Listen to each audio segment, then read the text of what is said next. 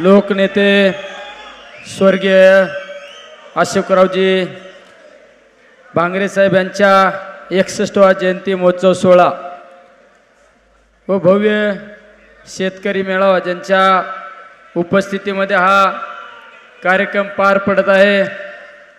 आपलं सर्वांचं दैवत शेतकऱ्यांचा जाणता राजा आदरणीय पवार साहेब आणि आता ज्यांनी आपल्याला मार्गदर्शन केलं या भागाचे कार्यसम्राट खासदार भाऊसाहेबजी वाघचौरे, अशोकरावजी ढवळे साहेब, आमचे नेते माजी आमदार दादाभाऊजी कळमकर, युवकांचे नेते सत्यशील दादा शेरकर, दशरथजी सावंत साहेब, शेतकऱ्यांचे नेते अजितराव नवले, आमच्या भगिनी खऱ्या अर्थाने संगमनेर असो अकोला असो या भागामध्ये महिलांचं संघटन उभा करण्याचं काम केलं जातं अशा जयश्रीताई थोरात, संदीपजी वरपे, बीजे देशमुख साहेब, सुरेशजी गडाख, शिवसेनेचे मच्छिंद्र धुमाळ, मधुकररावजी नवले, राजेंद्र कुमकर आणि ज्यांच्या मार्गदर्शनाखाली आणि भांगरे साहेबांचा वारसा खऱ्या अर्थाने आदर्शपणे चालवण्याचं काम केलं जातं असे आमचे युवक मित्र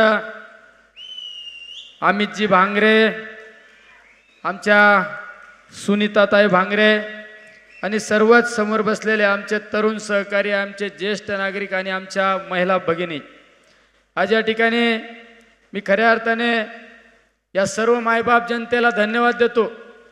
कारण की भांगरे साहेब गेल्यानंतर या परिवारावर जी पोकळी निर्माण झालेली होती ती पोकळी भरून काढण्याचं काम आमच्या या सर्व मायबाप जनतेने केलेलं आहे, त्याबद्दल सर्वांना धन्यवाद देतो। कारण भांगरे साहेबांबद्दल जर बोलायचं म्हणलं तर एक संघर्ष योद्धा, आपल्या वडिलांचं छत्र लहानपणीच हरपल्यानंतर सुद्धा भांगरे साहेबांनी संघर्षातून या भागामध्ये अनेक प्रश्न सोडवण्याचं काम केलं।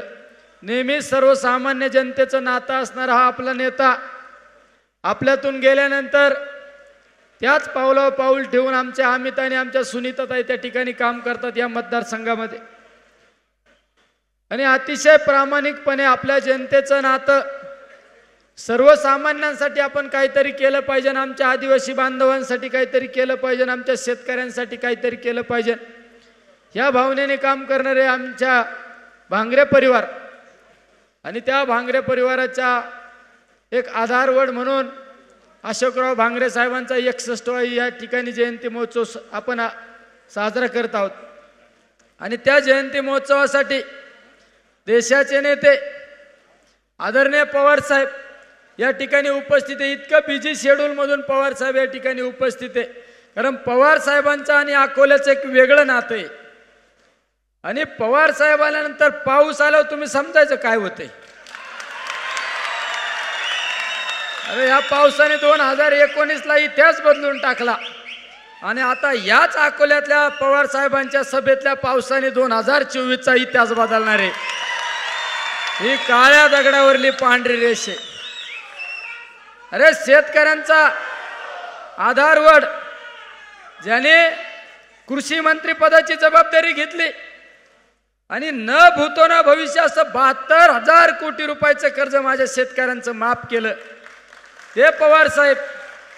अरे नेहमी शेतकऱ्यांसाठी संघर्षशील असणारा आपला हा नेता त्या आज या ठिकाणी उपस्थित आहे।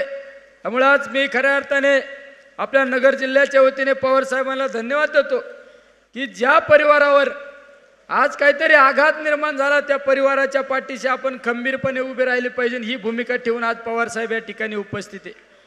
आम्ही तुला जरी वाटलं असेल सुनीताताई तुम्हाला वाटलं असेल का आम्ही पोरके झाले, तुम्ही पोरके कसले, ही मायबाप जनता तुमच्या पाठीशी आहे, पवार साहेबांचा आशीर्वाद तुमच्या पाठीशी आहे।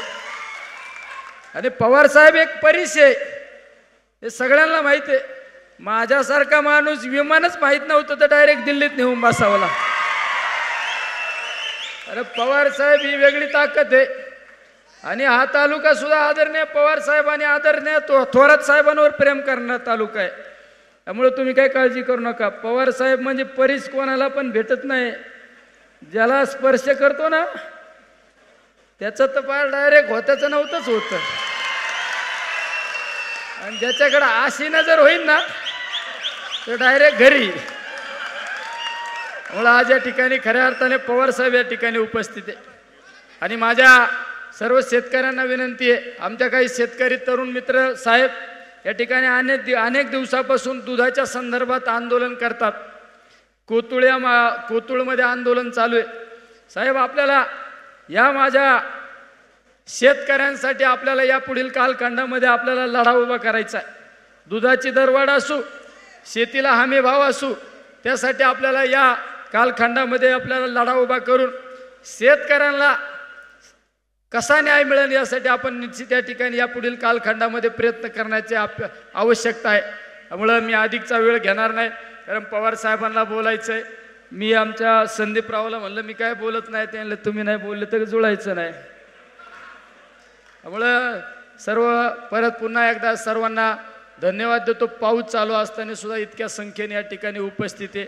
असंच प्रेम या पुढील कालखंडामध्ये आमच्या भांगरे परिवारावर, आमच्या या परिवारावर राहू हीच मी या ठिकाणी सद्भावना व्यक्त करतो. आणि अशोकराव भांगरे साहेबांच्या 61व्या जयंती महोत्सव सोहळ्याच्या निमित्ताने आदरांजली पुष्पांजली अर्पण करतो. थांबतो. रामकृष्ण हरी.